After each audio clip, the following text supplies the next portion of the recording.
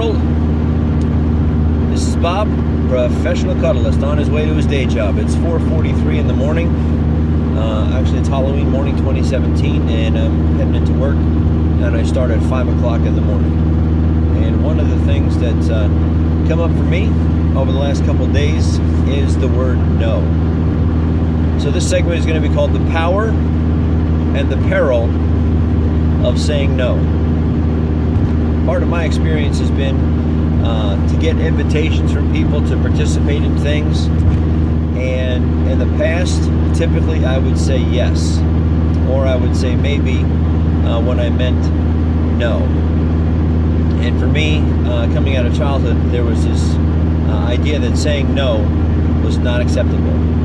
That even if I was presented with a question which might seem like the answer was yes or no, and then had a choice, consequentially, it was really that the answer was yes, and that I didn't have an option. So sometimes when things are presented as if I have an option and I don't, I'm actually able to detect that in my feelings, in my spirit, whatever. I'm able to detect it internally, maybe it's in my body, and it's really taken me a lot of time and work to get back to the point where I really do have the power and the right and the obligation and the responsibility to say no to things that I'm really a no to. And one of the ways that I've learned that has been through the process of cuddling, being exposed to things about the fact that it is an option, and then it's my responsibility to say that if I'm uncomfortable with something, to say no. And there was a great video that I listened to quite some time ago by Justine Musk, and she talked about the power of saying no, and about saying no to others is a way to say yes to ourselves. And she has a video on YouTube about the deep yes. And the idea of the deep yes is something that's really attracted me. I've listened to her videos several times, and when I do, it really strengthens me in my conviction that I do have an option to say no to others. But by doing that, I'm saying yes to myself. So I am a big yes these days to Bob Moran.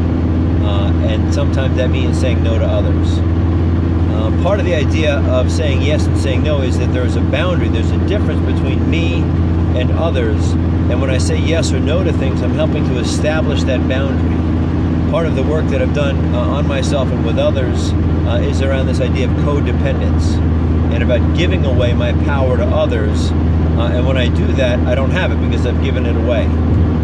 And not giving away my power to others means that if I'm going to be involved with power exchange, that I need to be compensated for the power that I'm giving away. And I also need to be clear on when I'm taking power from others, and that it needs to be something that's clean, something that's pure, something that I can live with without regret. And if I've said yes to people that I really mean no to, there is the possibility of going back and making things right.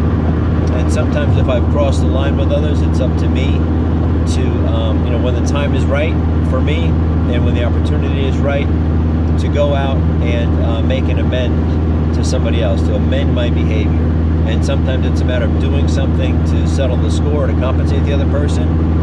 Sometimes it's a matter of, if that's not going to be something possible because I'm not going to see that person,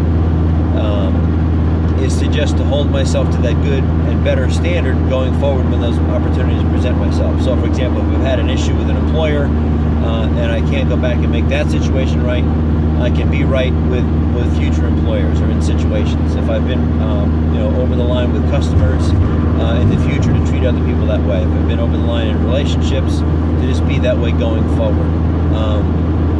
And to realize and just to accept that sometimes I can't go back with a person, a particular person, but I can go back with people, and if that's the best that I can do, that's the best that I can do. So one of the things that comes up in a cuddling session oftentimes is these things that are underneath the surface for people, where they've had experiences where they've been wronged, and they're projecting it onto me, or they're projecting it onto others, and they continue to rehash a wrong or a grievance that they've had.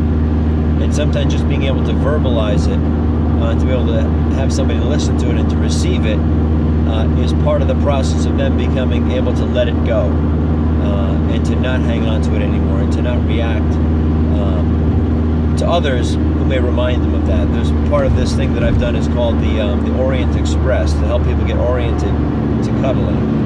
And in there, one of the things I talk about is, for example, if I was in a situation where there was a person who was tall with a beard and had one of those red and black sort of lumberjack jackets on that had, robbed me 5 years ago. That's the person, that was what they looked like, and they robbed me. I literally don't have that money anymore because they took it from me or coerced it from me. However, if I see somebody 5 years later who's tall, who looks like that person, who's wearing that kind of jacket, it can trigger in me feelings of fear because they visually remind me of that person. And that visual reminder can trigger in me the fear in that episode that happened, even though they're not that person. And part of the cuddling work that I've experienced is I can come back to those situations and I can talk to the cuddlist and say, hey, you know what? This situation is triggering me, and be able to say it out loud and be able to sit with it and say, you know what? They're not doing that to me.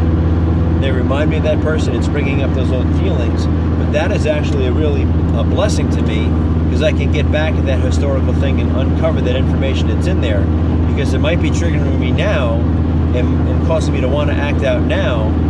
But really what it's doing is revealing something that I've been carrying all that time, and that's seeping out and that's spilling over into my life, and I maybe need to forgive that person.